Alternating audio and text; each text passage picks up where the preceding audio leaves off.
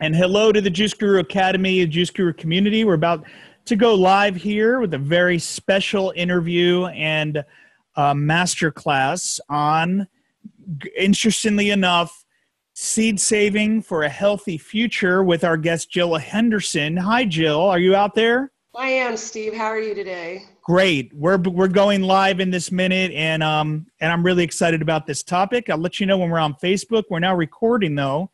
Okay. And let's see if anyone will be joining us there. And we can take a couple questions at the end if there's time, but we'll see where we're at. I see Ashley, you're joining us here on the Inner Circle. Ashley, if you see the chat box, you can type in hello and say hi there.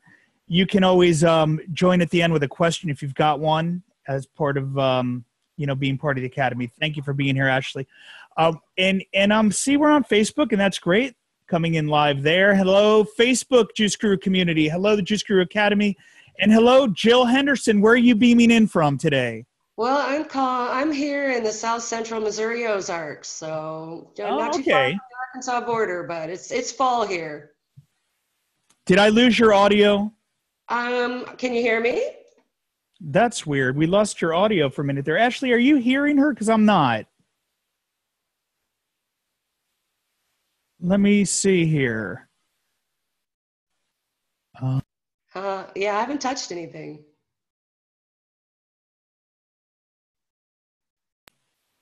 That's funny. Ashley, are you hearing her? Oh, Ashley's hearing you, and I'm not. Yeah, I can hear you. Just real quick. Are you there? I'm here. I'm not hearing you. Really weird. Wow. Ashley, you hear both of us? Let me just check something. Yeah. That's interesting. Let me just check one last thing here. Sorry for the technical difficulties. Are you there, Jill? I'm here. I got you again. Okay, awesome. They're trying to silence us, that we're not going to let them. I know, they already heard what we were talking about. So. Yeah, before we came on live here, Jill and I were talking about some things, that have to do with the underbelly of what really goes on in the world. And so you'll be hearing about that during the interview, right, Jill? Yeah, we can talk about some of that for sure. A little bit, but you're coming from Missouri, is that what you said? That's right. I live in the Ozarks of Missouri. We call them mountains, but they're more like rolling hills. It's beautiful here. Beautiful. And I'm coming to you from Redondo Beach, California, right off the ocean here. And nice. We're blessed to be close to nature. And where are you hanging out? If you're in the Academy, go ahead and type in. Or if you're watching on Facebook, you can type where you're watching from. We've got a very special interview here with Jill Henderson. She's the author of The Garden Seed Saving Guide, Easy Heirloom Seeds for the Home Gardener, Artist, and Backwoods Herbalist. That's her newest book, and she's got a couple of others. We'll be hearing more about that. On this special interview, we've got Ashley in Wisconsin. Hello, Ashley.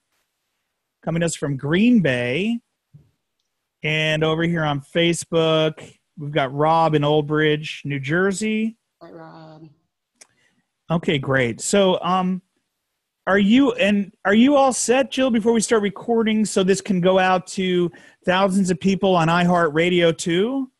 Sure. I'm ready if you are.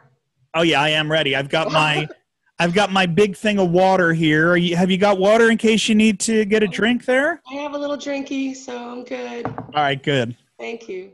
Just as long as everyone's comfortable. This is going to be a lot of fun. We haven't had this topic on the show, and it's really important, so we're going to dive deep. So get ready, sit back, relax, everyone, if you're watching live, and we're going to start right now. This episode of Juice Guru Radio is brought to you by TriBest, making healthy living easy.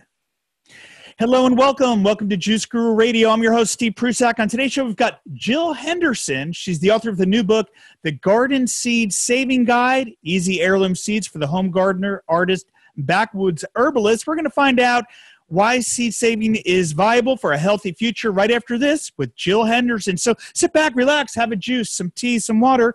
We'll be back right after this with Jill Henderson. Well, hello and welcome. Welcome back to Juice Crew Radio. I'm your host, Steve, and we've got Jill Henderson here. Again, I said she's the author of the Garden Seed Saving Guide, but her other book, she's got The Healing Power of Kitchen Herbs and A Journey of Seasons. She's right here on the show to show us seed saving for a healthy future and more. Jill, welcome to Juice Crew Radio. Thank you for having me, Steve. I'm delighted to be here. Okay, now we can turn off the announcer voice and get real. But thank you. I'm really excited about your message and the book you've got, what you're offering to the world right now. So let's talk a little about how you came to writing this book and why it's so important to start saving our seeds. Well, I guess I started writing this book because I'm a gardener, and I've been a gardener all my life. And, just one day it just sort of dawned on me that maybe I should just save my own seeds, because seeds are kind of expensive, and I was young and didn't have a whole lot of disposable income. So I thought, well, I'll just go out and I'll grab that pepper, I'll grab that tomato, and I'll plant the seeds. How hard can it be? So, but I have to tell you, what really drove me to learn about saving seeds was the first year I did that, I had these beautiful bell peppers, and I planted the seeds the following year, and I got really beautiful bell peppers again. But when we went to go cut them up and eat them, they were hot bell peppers. And they weren't sweet and mild like a bell pepper should be. They were hot and spicy. And they looked like a bell pepper, but they tasted like a jalapeno, which was the other pepper that I was growing in my garden. And not that it was a bad thing. As a matter of fact, we continued to grow what we called them halibels, because we sort of, started our own new variety there. But it wasn't really what I was waiting for all summer long. And I told myself, Jill, if you're going to start saving seed, you better learn how to do it right, because you only get one chance each year. And if you mess up, then, next year you're going to wait all summer long and get something that you really didn't want in the end. So I started learning everything I could about saving seeds, and it just became fascinating. As an herbalist and somebody who was already into nature, and as an amateur botanist, it was sort of just another part of my nature to want to learn more about it. So I dove into it, and over the years, I started swapping seeds with people online, and this is when the internet was real new. And I started talking to other people about saving seeds, and it just escalated from there. And eventually, I began giving workshops and talks about how to save seed in my local area. And then I had a local seed bank here in the Ozarks, asked me to write a sort of a starter guide to saving seed for, the people that wanted to do that with their seed bank. And it inspired me. I'd already written my book about herbs, and I thought, this is a great opportunity. I'm just going to go ahead and write a beginner's seed saving guide.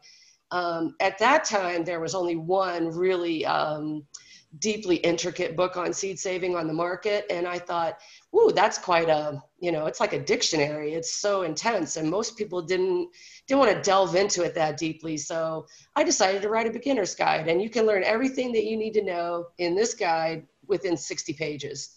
So it's super easy. And I just made it easy for people who want to begin saving seeds right now, and maybe some who are already saving seeds. They can learn something new to help sort of enhance their seed saving skills and move on to another level. So for those of us new to gardening and the whole idea of seed saving, let's rewind it and really define, what is seed saving? Well, seed saving, it is exactly what it sounds like. You're saving seeds from garden crops.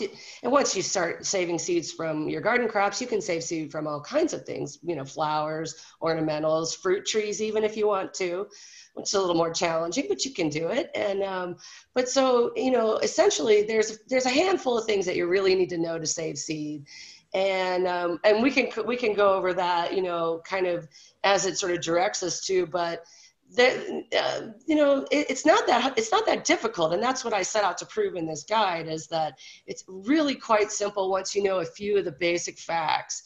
And I think a lot of people have an interest in saving seed, but as you asked me a minute ago, why people should save seed, I think is a really great question, because a lot of people are on the fence. They're not sure. Why should I save seeds? I can go get all the seeds I want at the store. So I would have to tell people that there are like 5 really good reasons that you should save seed, that you should start saving seed right now, that you should take it seriously and learn a little bit more about it. And the first is, like me, I wanted to save money.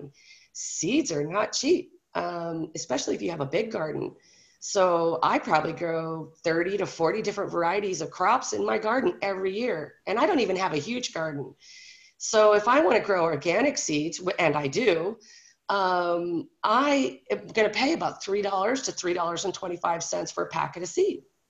And that starts to add up when you're growing 30 different kinds of, so let's say you grow 5 different kinds of lettuce.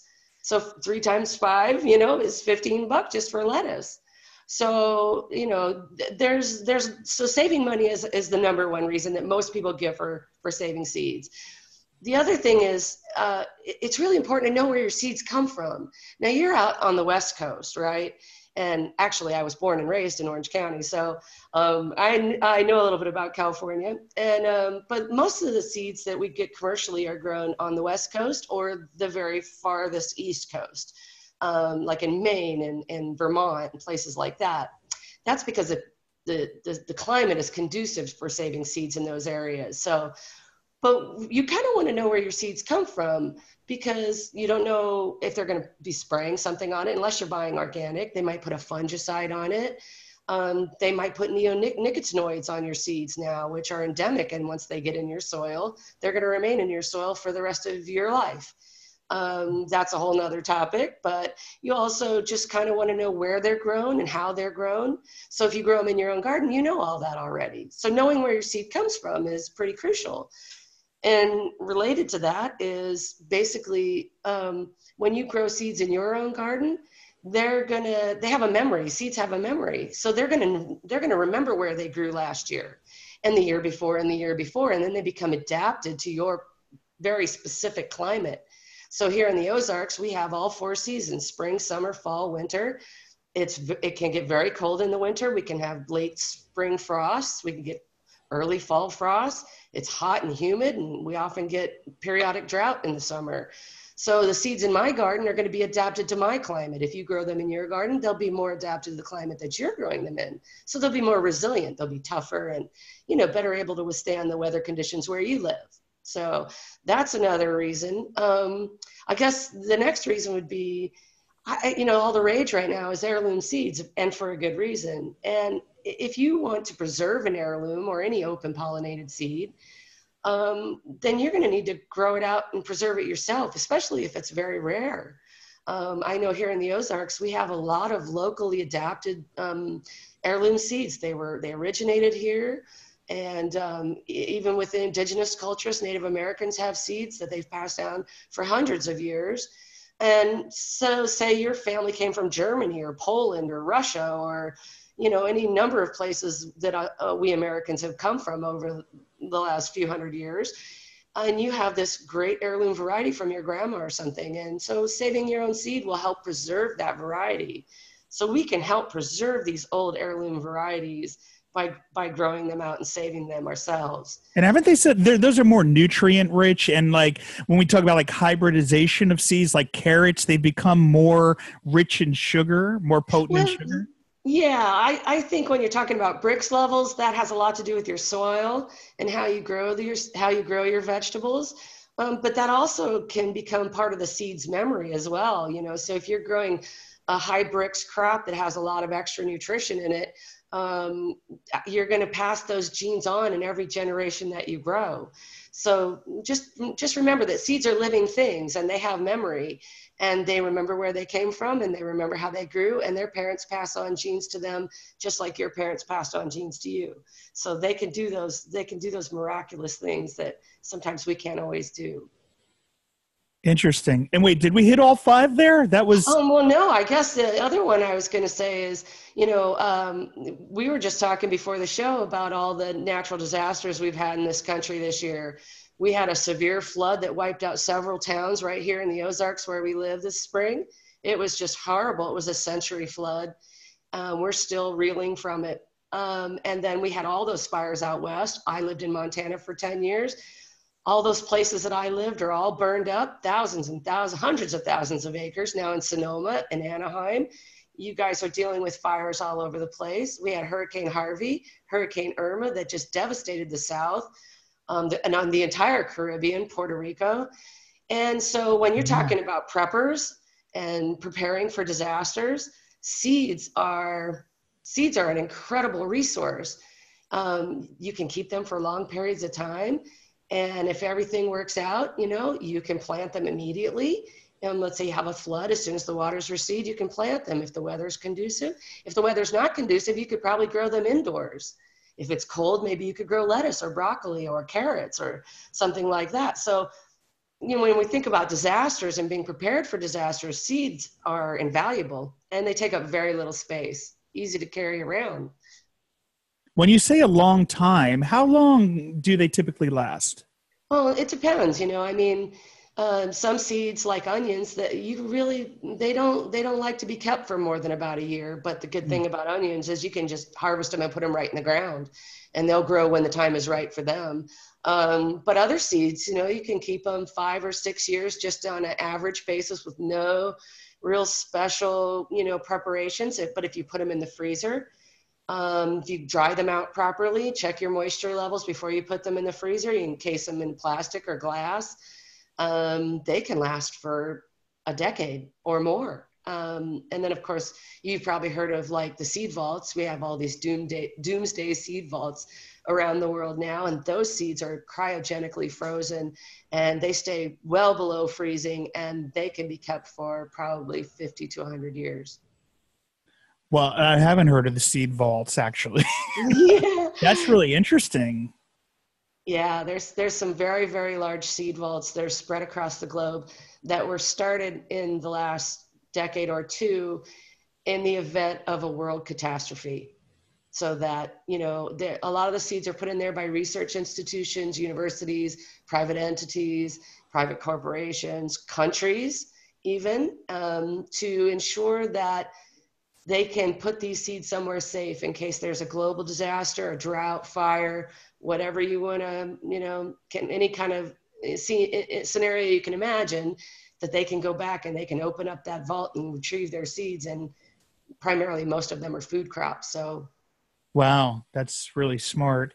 Yeah. Let's talk about the different kinds of seeds. You talked about heirloom. I know you mentioned in your book about open pollinated seeds, hybrid, and genetically modified seeds. Everyone needs to have awareness about all this stuff. So can we talk more about that?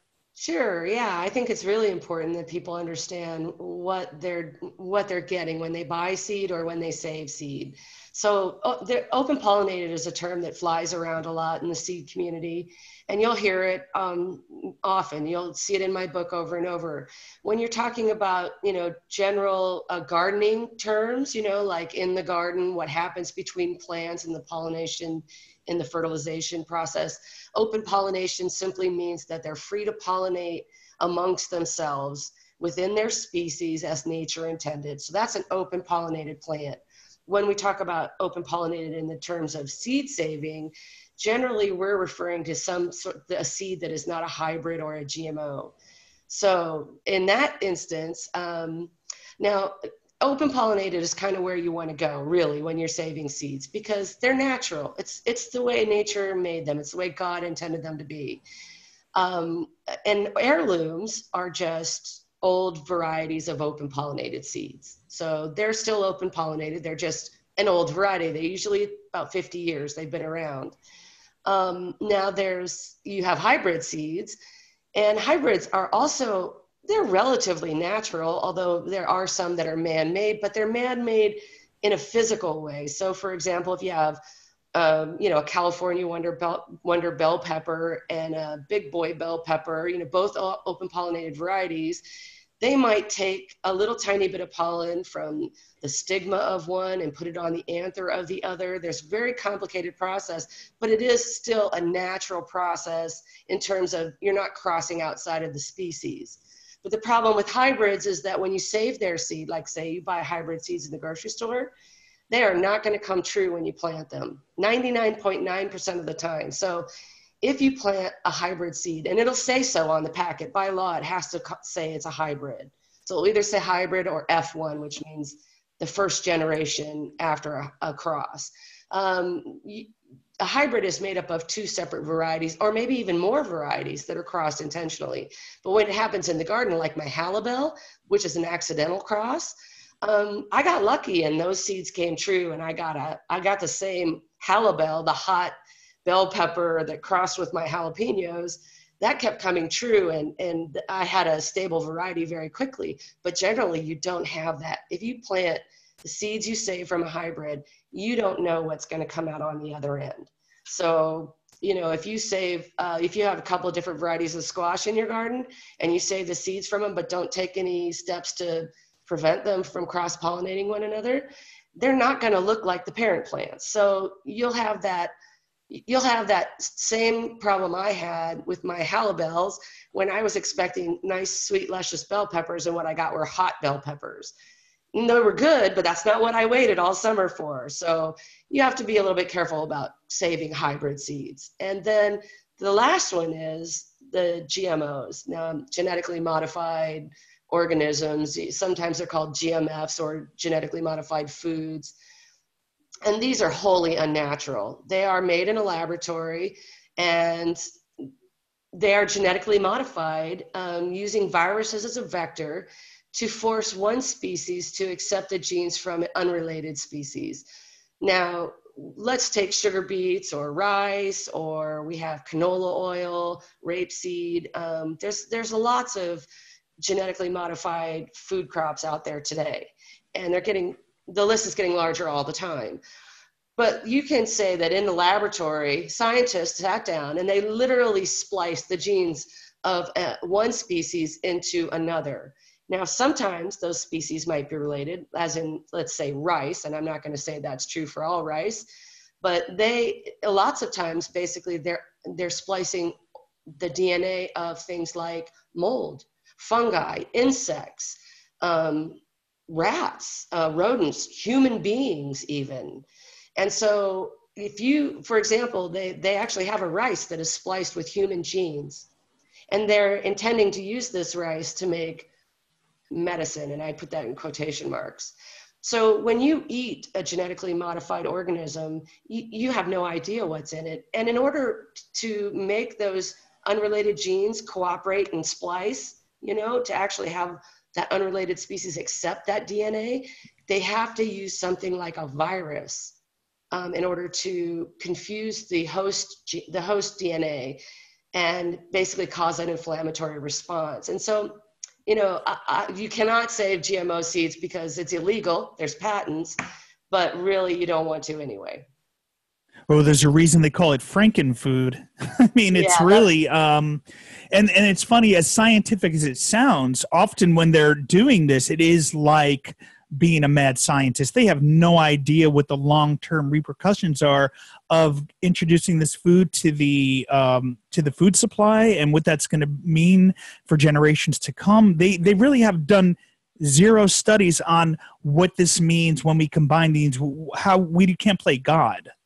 That's right. And it is a big concern for those of us who are not big fans of GMOs, because first of all, we have a lot of scientific research that has been done.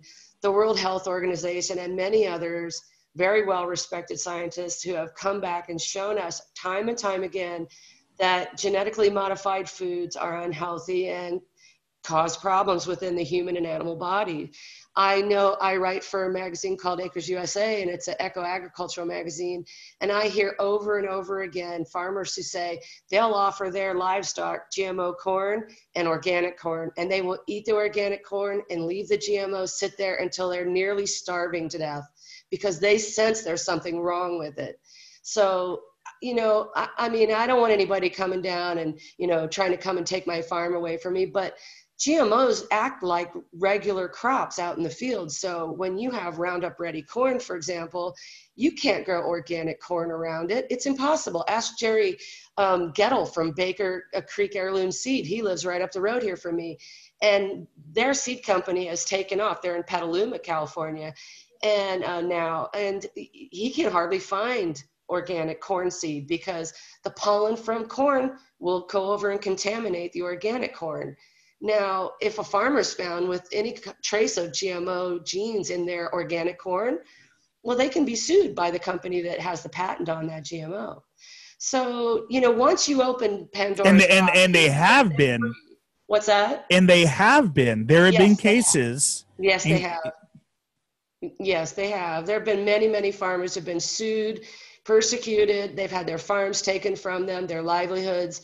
Every cent in their bank is gone. And this has gone on for decades now. And so, if you're trying to grow organic, you have to be really careful you're not around a bunch of GMO crops, because, you could go to jail for it. Because of the cross-pollination. That's right. And that's cross-pollination, you see. So, I mean, the thing is that even though I believe that GMOs are wholly unnatural, they do still have the same abilities as other plants. In other words, they can send out pollen and be pollinated by insects and have pollen fly through the air and pollinate non-GMO crops. And oftentimes they do it more vigorously than their non-GMO counterparts. Now, there's also, I know the same company that's making a lot of these GMOs are also creating suicide seeds, so you can't save your seeds. What's going on with that? And can you talk? You're familiar, I'm sure, with that, right? Yeah, I am. I don't know what they call them now, but they used to call them the Terminator gene. Yes. And that gene, that ability is still very, very viable. And the last I heard, which was maybe a couple of years ago, Monsanto promised that they would not use that gene in their GM technology, but that they reserve the right to use it in the future. And basically what the Terminator gene does is, well, it can do one of several things. There are a couple different varieties of this gene from what I understand. One is that the seeds will not germinate. Seeds that are produced with this technology will not germinate unless they're sprayed with a very specific chemical, of course, which the patenting company would hold the rights to, much like Roundup. And the people that bought that seed would have to use this technology in order to activate the germination process in the seed. So if you got a hold of it and didn't have this chemical to spray on it, then the seeds would never germinate, okay? So that's one way of protecting their patent on these types of seeds. And then the other is that basically that it just kills out. So you can grow the seed one time and then it has no reproduction capabilities afterwards. So basically all the seed that is produced by plants grown from the original are sterile, and they will not produce a plant after that. So there's those two types that I'm aware of. And right at this time, Monsanto in particular has said that they will not release that technology. They will not utilize it. But we're just sitting around with our fingers crossed, hoping that that's true. Well, that's good news for a change. I didn't hear that. That actually makes me feel a little better about that one part. Yeah, and I mean, it's been a couple of years since I heard them say that, but that it's been, so who knows now, we're the GMO technology and the number of crops that are being released, genetically modified crops that are being released are staggering. It's going up exponentially year after year. So we're facing now when they've got all the primary crops like wheat, corn, rice, sugar beets, on and on. We could keep going. So it's something to be aware of, because when we talk about juicing, we always do recommend organic, because there's more nutrients when we're avoiding the GMOs and the pesticide. Let's talk a little about that, because some seeds actually have the pesticide built right into it. Isn't that right? Yeah, that's right. Those are the neonicotinoids. And this is a very controversial agent, and it's being used a lot on, you see that a lot, or you have to ask about it because they're not advertising it, but you find it a lot on perennial ornamentals that you buy at, like, say, I think Lowe's actually said they're not going to sell those anymore because they believe they're killing, the neonicotinoids are killing bees and butterflies and other pollinators. But basically, neonicotinoid is exactly what it sounds like. It's a chemical derived from nicotine and tobacco, but it's been synthesized. And what they do is they put this on the plant or in the soil around the plant, and it is systemic. In other words, the plants absorb it into their leaves, into the veins of the plants, the whole living system of the plant. And it remains in the plant for its entire life, and it does not degrade. It doesn't degrade in the plant or the vegetables or anything that's grown in it. And if it's in the soil, like say you buy a pepper plant and it had it in the soil, and you put that soil in your garden, it doesn't degrade in your soil either. So anything grown in that soil will be contaminated with neonicotinoids, as far as I know, perpetually. And I know that there's a lot of bee advocates and a lot of conservation groups that are fighting to have this taken off the FDA's approved list. And because it is killing, we know it's killing bees, and not just bees, but anything that eats nectar or pollen off of flowers and plants. Just another thing to be aware of. So this is obviously something we should all be doing and learning more about to protect, the future of life on the planet. Is it hard to save seeds? I mean, can any of us do it? Yeah, everybody can do it. And that's what I set out to prove in my book, is that, it's 60 pages long, and that includes, all the front matter and all the back matter, and not just the heart of the book. So I'd say within 50 pages, I'm showing you how you can save seed right now, starting right this very minute. And I don't care what the weather's like where you are, you can start saving seed right now. It's so easy. And this book focuses primarily on those seeds that are easiest to save. And those would be basically all your nightshade family, which are peppers, tomatoes, eggplants, like that. Anything in the legume family, your beans, your peas, anything in snap peas, snow peas, any kind of bean, dry bean, mung beans, any kind of peas, okra, lettuce, your annual radishes, which are your breakfast radishes, not like the daikons and the winter radishes, but your spring radishes, the little round ones. You can also grow, and with a little more information and a little bit more practice, you can save seeds from all of your melons, your squash, your cucumbers, gourds. You can save okra, spinach. So there's a whole lot of seeds you can save, and those are just types. Those aren't even varieties.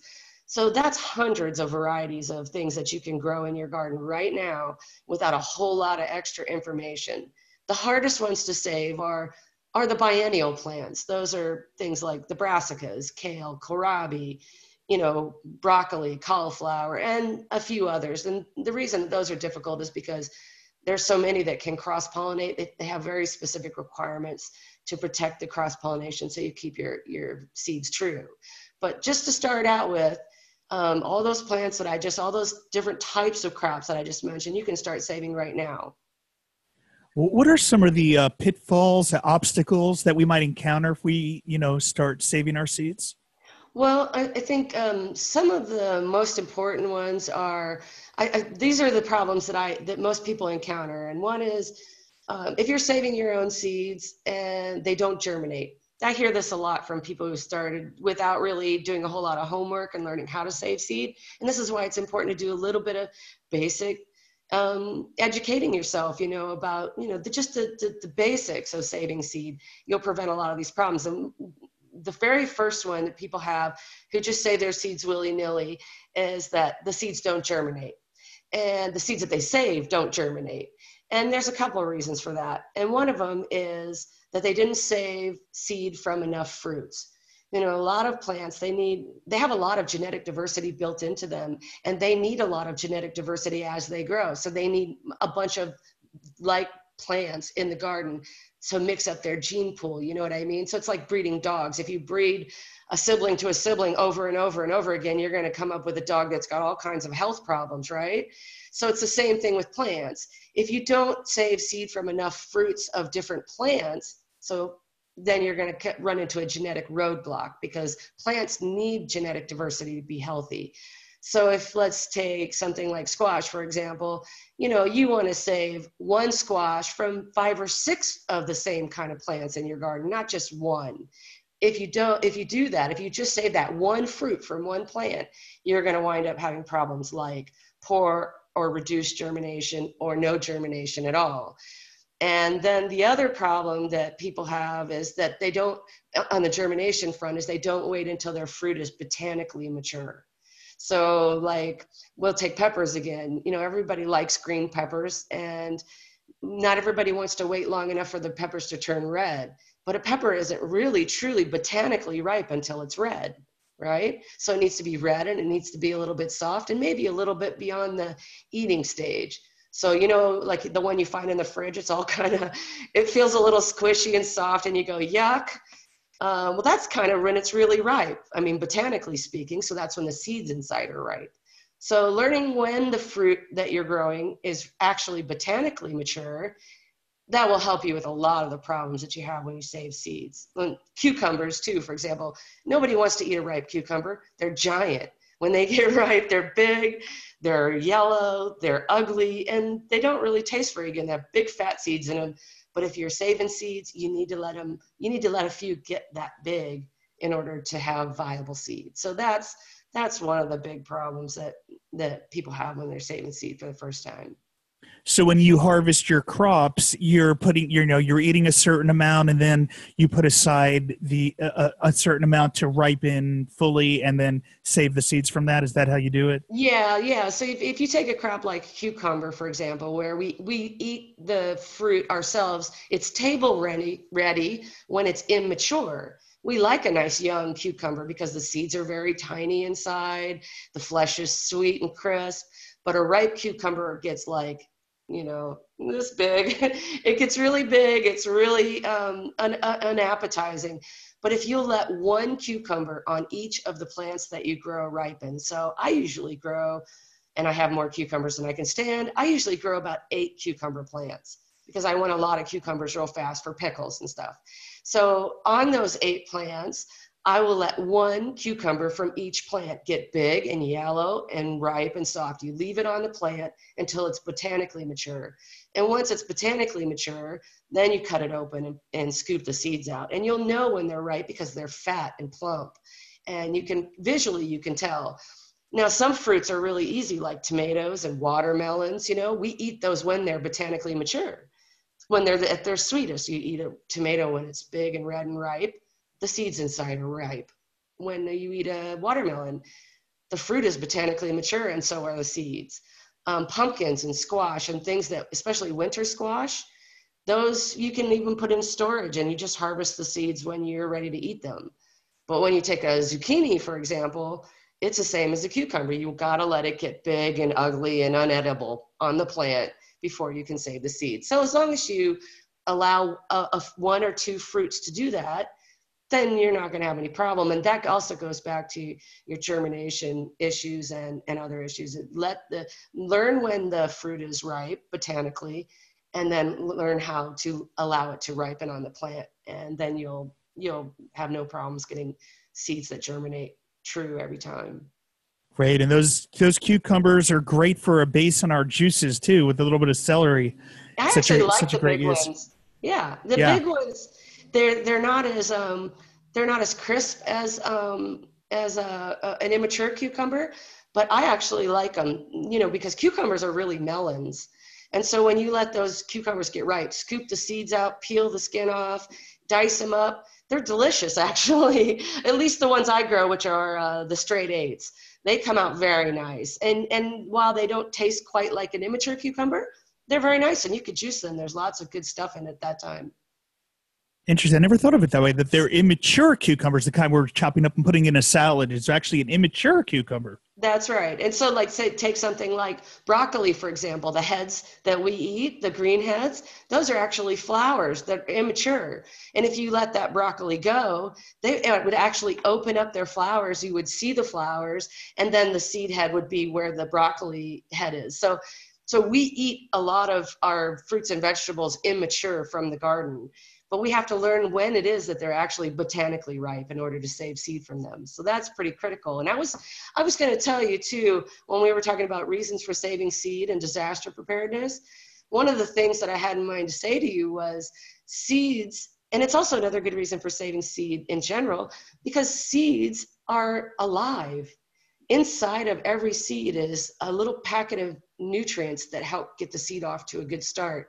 You hear that all the time. You can just throw a seed down and it'll just do what it does because it has everything it needs to grow, right? And we put a lot of faith in our seed, but they have these nutritional packets inside of them that help the seeds grow without any nutrients for the first, few weeks of their lives.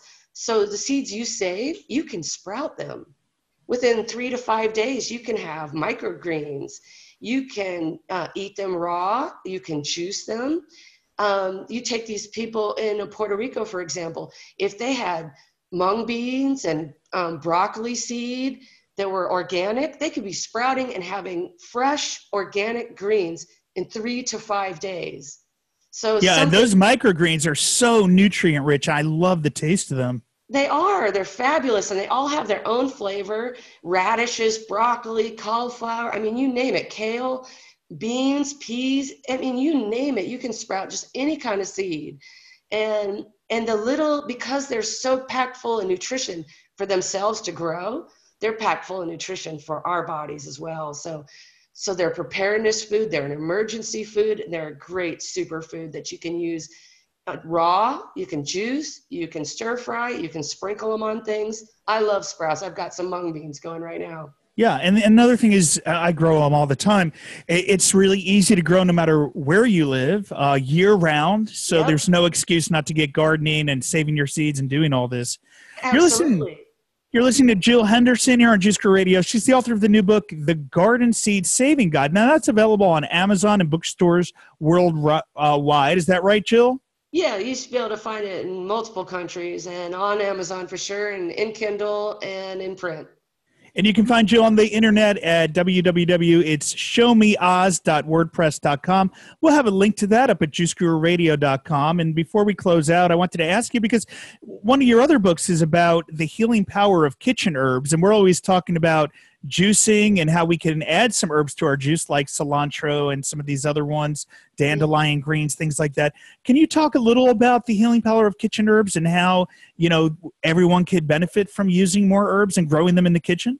Absolutely. I mean, the reason I wrote that book was because I was, like I told you before, I was an amateur botanist and a wild food enthusiast. I've been studying wild edible medicinal plants for years.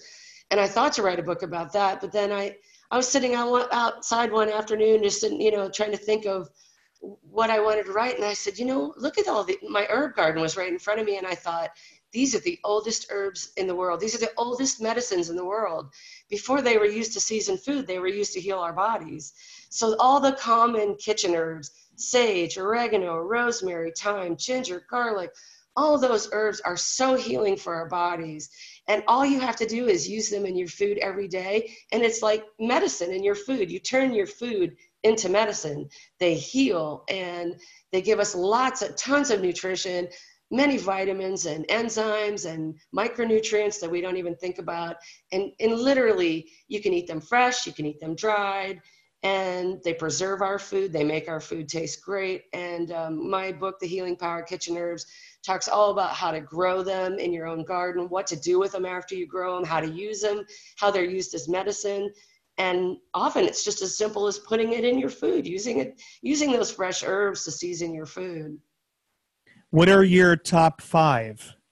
Oh, my top 5. Well, garlic, of course, is garlic and ginger are two really, really important ones, just in terms of medically, using them for medicinal purposes, but also as sort of all-purpose seasonings. They're antibiotic, they're antifungal, antimicrobial. They cross the blood-brain barrier. My brother had brain cancer, and he passed away a couple years ago, and we used a lot of herbs in his juicing so that he could get the nutrition into his body. And herbs like sage, rosemary, those are very powerful herbs. And then, that's 4, but I could keep going because I love them all. It's hard to pick one, but those 4 are really very important herbs that anybody can grow and use every day. Awesome information and so helpful to our audience. Jill, anything to say in closing, anything we didn't touch on, or any new projects coming, or anything else you wanted to share with our listeners, or final words of advice? Oh, well, I can't think of anything. There's so much to talk about. We could do this all day. I love it. Personally, I love it. This is definitely my passion too. Yeah, it is. And what you're doing is great. And I think that saving seeds, and the reason I wanted to call this Seed Saving for a Healthy Future, this interview, is because I do really believe that seed saving is our future. It's always been our future. And in order for us to protect ourselves against patents on food crops, Vandana Shiva is one of my sheroes, she has just inspired me in so many ways. But the honest truth is that by saving our own seed, we create biodiversity in our food crops around the world. We save money, we heal ourselves, we give ourselves free nutrition, and we empower ourselves and take back what is rightfully ours, which is the seed that grows from the ground that nature and God gave us, so that we can have nutrition and healing. And when you start saving your own seeds, you're going to have more seeds than you know what to do with, and then you get to share that bounty with others. And so hopefully you'll learn how to save seeds and pass that on to someone else, and we can keep this going. Jill Henderson doing amazing work, so much to share. So much. We'd love to have you back again. So thank you for all the work you're doing, Jill. Thank you, Steve. It was really nice to talk to you today. Awesome. And I'm Steve Prusek, and we'll see you on another episode of Just Grow Radio. Thanks for being here. And I do see that's where we close out the show, but some couple questions did come in. If you've got a few more minutes to answer, is that okay, Jill? Sure, absolutely. Awesome. This is the informal part. I like this. Okay. So I had one question here from Ashley here in the Academy. If we wait to pick our garden to make them more ripe, per se, is there more nutrients? A great question. Well, it's like flowers. It's like herbs when they're flowering. They're at their peak in terms of nutrition and viability of micronutrients and their medicinal properties. And, I think that fruits also do that too. So normally we wouldn't eat a green tomato normally. I mean, you can, they're pretty good, but the fruit is going to be at its highest sugar content at that time. And when I say fruit, all garden produce to me is fruit, because it's the fruit of the plant. Not botanically fruit, but in general, it's just fruit where the seed comes from. So yeah, it is that's when the sugars in the plant are at its highest. That's when the sugars in the fruit are at its highest. And I would imagine that unless it's on the downward end of ripeness, that yeah, you will get a lot more nutrients and out of a botanically ripe fruit than an immature one. So when you think of it, I mean, but you think of it basically that all vegetables are fruit in a way? Well, technically they are. Anything that bears a seed is a fruit, even if it's a dry seed pod or whatever. In the world of seed saving, fruits are the vegetables. And so, I use that term frequently, because I'm not talking about an apple fruit. I'm talking about a tomato fruit, or I'm talking about a squash fruit, because if there's seeds inside, it's a fruit, botanically speaking. So if you're growing microgreens and sprouts, can those be saved in the same kind of way, or what? Well, because they're not reaching the maturity or anything. That's right. We're eating those at their seedling stage. So no, I mean, once you eat it, it's gone. So same thing with broccoli. You grow a broccoli plant and you eat those green florets that we love to eat, then it's not going to produce seed. I mean, it may shoot off some side florets, and you can let those flower and go to seed. But technically, or let's take lettuce, for example. If we eat the greens of the lettuce and we don't let the plant bolt or send up a flowering stalk, then we won't be able to save the seed from them. So that's what we need to understand about the plants in our gardens is how do they flower? How do they pollinate one another?